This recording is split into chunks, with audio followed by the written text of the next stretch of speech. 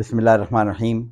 Welcome to my channel, that is Life Science of Life with Dr. Mohammed Yusuf. And today I'll discuss hyperpituitarism. Previous lecture में हमने hypopituitarism discuss किया था. Today I'll discuss oversecretion of pituitary hormones अगर हो तो क्या होता है.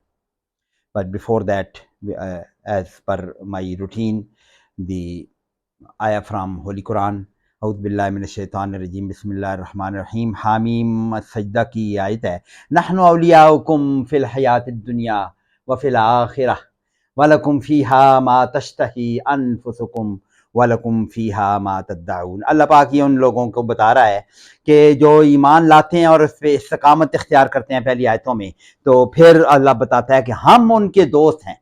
नहनु औलियाउकुम, नहनु हम, अल्लाह अपने आप को हम के सीगे से नहनु औलियाकुम, हम तुम्हारे दोस्त हैं. फिल हयात दुनिया, या वो ततनज़्ज़लु अलैहिमुल मलाइका, फरिश्ते भी उतरते हैं पिछली आयत में, ऐसे है तो वो फरिश्ते दोस्त हैं, या अल्लाह दोस्त है. फिल हयात दुनिया, दुनिया की जिंदगी में, व फिल आखिरा, और आखिरत में भी. और आखिरत के साथ अल्लाह ने एक और बात, वलकुम फीहा मा तश्तही अनफुसुकुम, उस आखिरत में, उस उखरवी जिंदगी में, वलकुम फीहा मा तश्तही अनफुसुकुम, उसमें वो कुछ है जो तुम्हारे नफ्स की ख्वाहिश होगी, तुम्हारी ख्वाहिशें पूरी होंगी. दुनिया में ख्वाहिशें नहीं पूरी होती, अल्लाह पाक वहां ख्वाहिशें पूरी. वलकुम फीहा मा तश, जो चाहोगे वो पूरा होगा. वलकुम फीहा मा तश्तही अनफुसुकुम वलकुम फीहा मा तद्दाऊन, और जो कुछ भी तुम मांगोगे वो सब मौजूद होगा.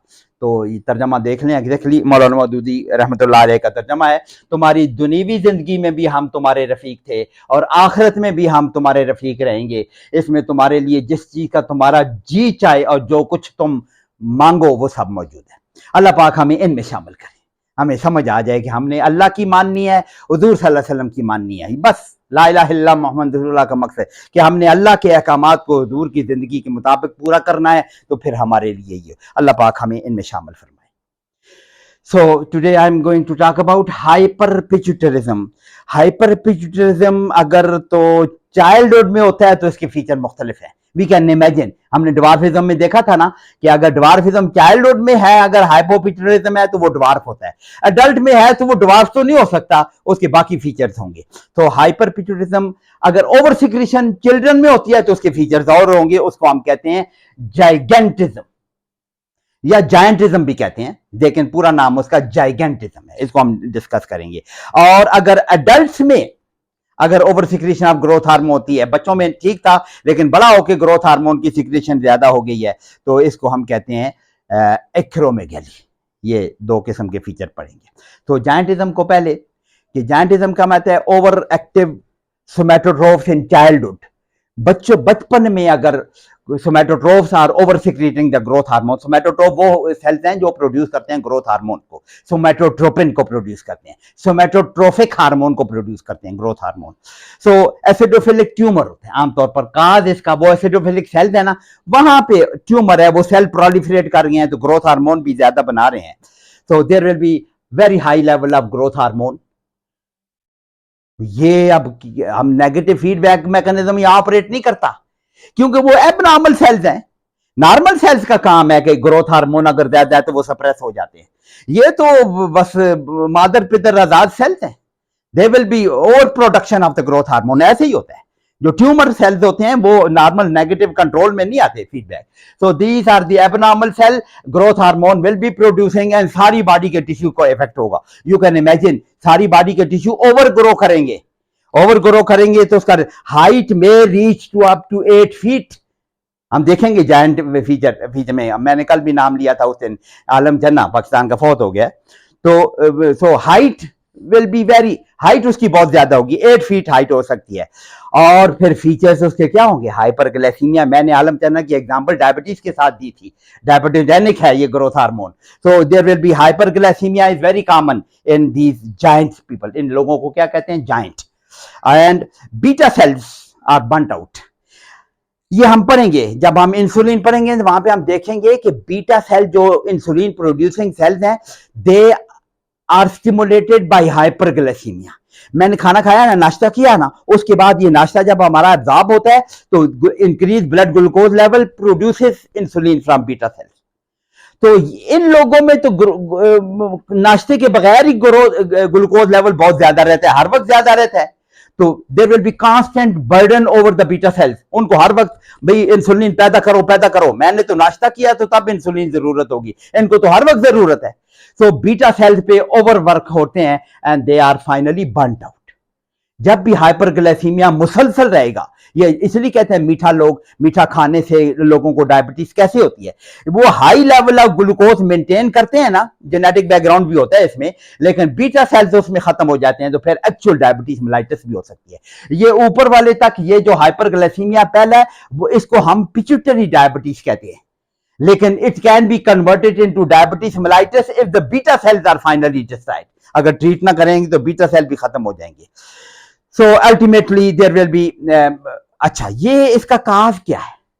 काज हमने ये ट्यूमर का है, एसिडोफिलिक ट्यूमर है, वहां पे ट्यूमर है, वो छोटी सी सेला टर्सिका का छोटी सी स्पेस है जहां पे ट्यूमर हो गया, तो वहां पे इनिशियल पहले तो हाइपर है, लेकिन ट्यूमर फाइनली सारे पिट्यूटरी को डिस्ट्रॉय कर देगा, तो वो हाइपोपिट्यूटरिज्म जो पहले हम डिस्कस कर चुके हैं वो। सो ये जो है अल्टीमेटली हाइपोपिट्यूटरिज्म का शिकार हो जाता है। ग्रोथ तो ज्यादा होगी, लेकिन अगर इसको कंट्रोल नहीं तो finally it may be converted into hypopituitarism. क्यों? उस ट्यूमर ने सारे पिट्यूटरी को डिस्ट्रॉय कर दिया। सो इसकी ट्रीटमेंट, अगर ये ट्यूमर हो गया तो ट्यूमर की ट्रीटमेंट तो वो ट्यूमर को हटाना है, और तो कोई बात हो नहीं सकती। सो पिट्यूटरी ट्यूमर अगर एसिडोफिलिक ट्यूमर है, सर्जिकल रिमूवल बाय रेडिएशन से उसको डिस्ट्रॉय भी कर सकते हैं। So tumour has to be destroyed, treatment ये होगी। तो ये देख लें, ये एक जायंट बेबी है, अपनी माँ के साथ खड़ा है, ये जर्मन है शायद। तो 12 years old giant boy with, सिर्फ 12 साल का बच्चा है, ये माँ एडल्ट है। जर्मन लोगों के वैसे भी कद लंबे होते हैं, आपको पता है।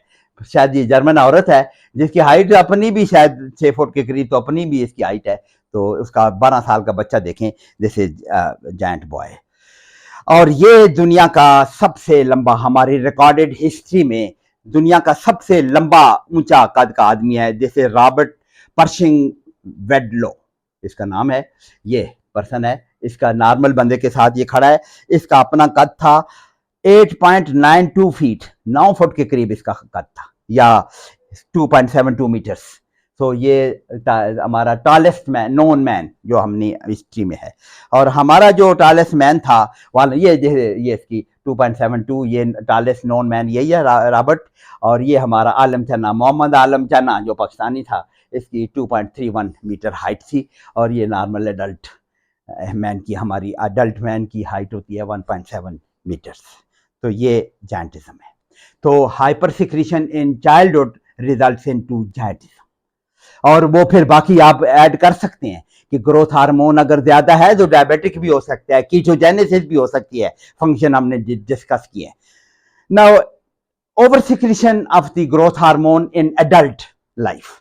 एडल्ट लाइफ में तो हाइट उसकी बढ़ चुकी है, अब उसका कद तो लंबा नहीं हो सकता। एपिफिजियल कार्टिलेज का आइडिया हमने डिस्कस किया था। एपिफिजियल कार्टिलेज जब डिसअपियर होगा, हाइट नहीं बढ़ सकती। सो उसमें क्या होगा, अगर ये एसिडोफिलिक ट्यूमर जिसका अभी हमने जिक्र किया है, अगर एडोलेसेंस के बाद, बड़े होने के बाद, हाइट अचीव करने के बाद, अगर एपिफिजियल कार्टिलेज के डिसअपियर होने के बाद अगर ये होता है, तो no further increase in the height और length of the person is not possible. लेकिन होगा क्या, थिकनेस ऑफ द बोन में थिकनेस इंक्रीज कर सकती है। अब इमेजिन करें कि अगर बोन थिक हो, हाइट ना बढ़े, तो उसका रिजल्ट क्या होगा? That is the bone thickness. उसका रिजल्ट ये होता है एनलार्जमेंट ऑफ हैंड, बड़े बड़े हाथ हो जाते हैं और बड़े बड़े पांव हो जाते हैं। वो बोन थिक हो गई है, सारी ग्रो कर रही है, लेकिन हाइट नहीं बढ़ी, लॉन्ग बोन ग्रो नहीं कर रही है, लेकिन ये स्मॉल बोन तो थिक हो जाएंगी। तो there will be big hand, इसको हम आगे डायग्राम में देखेंगे, या बिग फीट होगा। और क्रेनियम ये जब ग्रो करेगी, और इसका ग्रोथ फिर इतनी खराब हो जाती है कि फोरहेड आगे प्रोट्रूड कर जाती है। आगे हम डायग्राम में देखेंगे या फोटो में देखेंगे, बॉसिंग ऑफ द हेड उसको कहते हैं। फोरहेड आगे बॉस कर जाती है, और सुप्रा ऑर्बिटल रिजेस ये ज्यादा प्रोमिनेंट हो जाते हैं, डायग्राम में हम देखेंगे। एंड लोअर जा प्रोट्यूड ऐसे प्रोट्यूड करता है डायग्राम में। तो ये इसके फीचर्स, चेहरे के फीचर एक्रोमेगैलिक फीचर्स इनको कहते हैं। That is the forehead is very bossing and the supraoperator ridges are very prominent and lower jaw is protruding, protrusion of the lower jaw. और पाँव का साइज तो बड़ा हो गया, उसको भी 14 साइज का जूता आएगा। मुझे 6.5-7 का आता है, जो आप में जरा लंबे कद वाले हैं उनको 8 का आ जाएगा।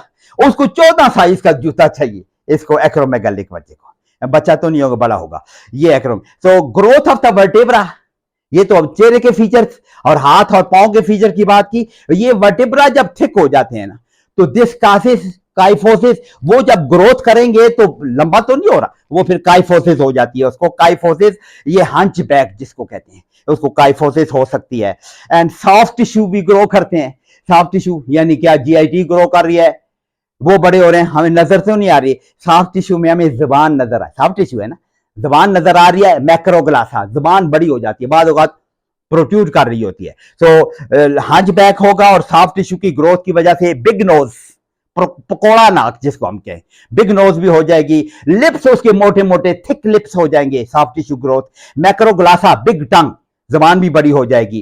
तो इंटरनल विसरा बड़े होते हैं, वो तो हमें नजर नहीं आते, जो सामने नजर आ रहे हैं नाक और जबान, ये चीजें नजर आ रही हैं, उसको हमने मेंशन कर दिया। वरना इंटरनल विसरा भी बड़े हो जाते हैं, लिवर एनलार्जमेंट, किडनी एनलार्ज हो जाते हैं, जीआईटी, तो पूरी जीआईटी लंबी हो जाती है। तो अगर ये है तो इसकी ट्रीटमेंट क्या होगा? ट्रीटमेंट तो वही है, दैट इज पिट्यूटरी को रिमूव करना पड़ेगा, surgical removal of this pituitary or tumour, इसको रिमूव करना पड़ेगा। जरा डायग्राम देख ले, टिपिकल ये देखें, this is acromegalic feature, hunchback, lower jaw, protrusion of the lower jaw, और ये सुपरा ऑर्बिटल रिजेस ज्यादा है, ये और फीचर भी हैं, और बड़े हाथ हैं, बड़े फीट हैं, एटसेट्रा। ये आगे ये देखें, ये आपकी डायग्राम की, ये गाइटन की पिक्चर है। दिस इज दी, इसका लोअर जा नजर आ रहा है, सुपरा थिक, बिग नोज थिक, और यहाँ मैक्रोग्लासा तो नजर, प्रोट्रूजन ऑफ द लोअर जा ये नजर आ रहा है। आगे भी देखें, द लोअर जा प्रोट्रूजन, ये this is acromegalic feature, lower jaw is protruding, big nose, thick lips और बॉसिंग ऑफ द फोरहेड, ये इसमें नजर आते हैं। ये इसको देखें, लोअर जा नॉर्मली तो हमारे ये वाले मैग्जिला आगे होता है ना, ये मैंडिबल पीछे होता है, तो इसमें आगे lower jaw protrusion. Skull bone, ये देखें, दिस इज एक्रोमेगैलिक फीचर्स, टेढ़ा हो गया इसका लोअर जा प्रोट्रूजन, और ये सुपरा, ये ऐसे ही इसका चेहरा बन गया है। इसकी एक्सरे देखेंगे तो ऐसे होगा। तो दिस इज एक्रोमेगैलिक फीचर्स। ये मैक्रोग्लासा, बड़ी जुबान दिखाने के लिए इसकी टंग बड़ी हो गई है। बिग हैंड्स, ये बड़े बड़े हाथ, ये बिग हैंड्स, ये देखें, ये नॉर्मल हाथ है, ये वाला नॉर्मल हाथ है, ये दो एक्रोमेगैलिक बंदे के हाथ हैं, तो बिग हैंड्स, उसके नॉर्मल के साथ कंपेयर करेंगे। आखिरी स्लाइड हमारी ये है कि ग्रोथ हार्मोन एंड एजिंग। हमने बात की थी कि growth hormone is present in elderly people as well, लेकिन लेवल कम हो जाता है। इसका लेवल कम होना एजिंग है। ये बुढ़ापे में ग्रोथ हार्मोन की डेफिशिएंसी शामिल है। That is growth hormone leads to, अगर कमी हो गई है, जैसे 1.6 हमने कहा था ना, बूढ़े लोगों में 1.6 या मैक्सिमम 3 नैनोग्राम पर एमएल तक होते हैं, तो decrease protein deposition and decrease function of the protein muscles. Protein तो सबसे ज्यादा मसल में, तो मसल वीक हो जाएंगे, weakness of the muscle will weak, and skin is wrinkled. Protein ना डिपॉजिट होने से वो जो झुर्रियां पड़ जाती हैं, बुढ़ापे की झुर्रियां जो पड़ती हैं, तो बुढ़ापे में रोल है इसका ग्रोथ हार्मोन की डेफिशिएंसी का। तो decrease growth hormone causes abnormal metabolism, diminished function of the different system in the elderly people. बूढ़े लोगों के मल्टी ऑर्गन्स क्या डिसफंक्शन, अगर एबनॉर्मली ना कहें, डिसफंक्शन तो होते हैं ना, उसकी थकावट जल्दी हो जाती है, मसल कमजोर हो जाते हैं, उसमें ग्रोथ हार्मोन जो हमारा लेवल कम हो है उसकी वजह से है। तो ये हमने हाइपरथायराइडिज्म भी, हाइपरथायराइडिज्म नहीं, हाइपर पिट्यूटरिज्म एडल्ट में भी हमने डिस्कस कर लिया। अब हमारी नेक्स्ट वीडियो क्या ख्याल है क्या होगा? वीडियो हमारी न्यूरो हाइपोफिसिस पर होगी।